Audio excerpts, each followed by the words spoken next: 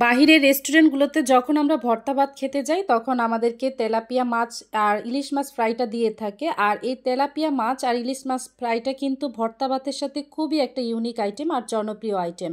তবে এইটার মধ্যে একটা সিক্রেট জিনিস আছে, মামাদের কাছ থেকে জেনে নিয়েছি এই ফ্রাইটা কিভাবে করে।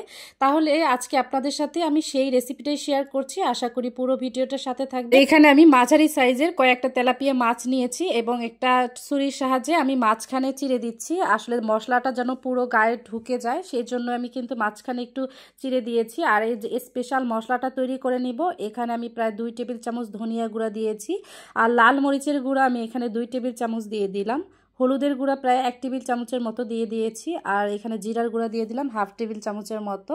আর এখানে বিট লবণ ব্যবহার করছি। আমি যা যা মশলা দিচ্ছি অবশ্যই কিন্তু সেগুলো দেওয়ার চেষ্টা করবেন। আর এখানে টেস্টিং সল্ট দিয়ে দিচ্ছি, অবশ্যই টেস্টিং সল্টটা দেওয়ার চেষ্টা করবেন। আর এখানে ম্যাজিক মশলার 2টা প্যাকেট দিয়ে দিচ্ছি। মামারা কিন্তু খুব অল্প কিছু উপকরণ দিয়ে খুবই মজাদারভাবে তৈরি করে। আমি ওনাদের কাছ থেকে এই রেসিপিটা জেনে নিয়েছি, আশা করি আমার মতো তৈরি করতে পারলে আপনাদেরটা অনেক টেস্ট হবে। আর এখানে যেহেতু বিট লবণ দিয়েছি তাই অল্প পরিমাণে লবণ দিয়ে দিলাম, আর সব গুঁড়ো মশলাকে আমি খুব সুন্দরভাবে একসাথে মিশিয়ে নিলাম। আর এরপরে হচ্ছে সামান্য পরিমাণে পানি দিয়ে দেব। প্রথমে পানি বেশি দিতে যাবেন না, কারণ এই মশলাটা কিন্তু একটু মাখা মাখা হলেই ভালো হয়।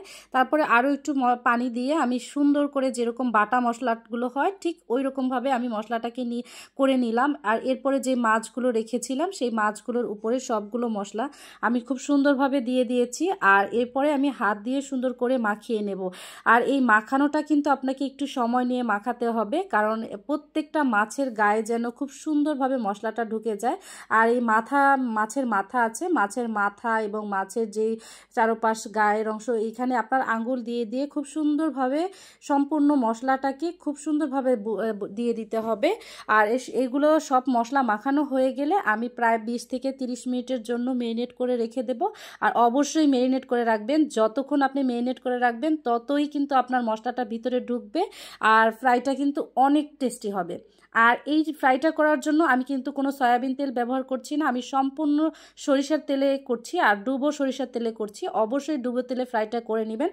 দেখবেন দোকানের মামারা কিন্তু ওরা সরিষার তেলে ফ্রাই করে নেয়, আর আমি এই জন্য সরিষার তেলে ফ্রাই করে নিলাম। এক পাশটা একটু ব্রাউন কালার হয়ে আসলে কিন্তু আমি অপর পাশটা একটু উল্টিয়ে দেব। আর এখানে কিন্তু যেহেতু আস্তা মাছ, আপনাকে একটু সতর্কতার সাথে প্রথমে মাছটাকে ফ্রাই করে নিতে হবে। তারপরে হালকা ব্রাউন কালার হয়ে আসলে আমি সম্পূর্ণ একটু মানে আপনার চুলার আঁচটা কিন্তু হাই হিটে রাখা যাবে না, মিডিয়াম হিটে রেখেই কিন্তু এই ফ্রাইটা করতে হবে। আর এই ফ্রাইটা ভর্তা ভাতের সাথে কিন্তু অসাধারণ লাগে। আমার মতো একবার বাসায় ট্রাই করে দেখতে পারেন, আশা করি সবাই আপনার ফ্যান হয়ে যাবে। আর ভর্তা ভাত খেতে কিন্তু আপনার বাহিরে যেতে হবে না, আপনি কিন্তু বাসায় ইচ্ছে করলে তৈরি করে নিতে পারেন। আর এদিকে আমি সবগুলো মাছ ফ্রাই করে নিলাম। মাশাআল্লাহ, আমার ফ্রাইয়ের লুকগুলো অনেক সুন্দর হয়েছে। আশা করি ভিডিওটি ভালো লেগেছে। যদি ভিডিওটি ভালো লাগে অবশ্যই বাসায় ট্রাই করে দেখবেন।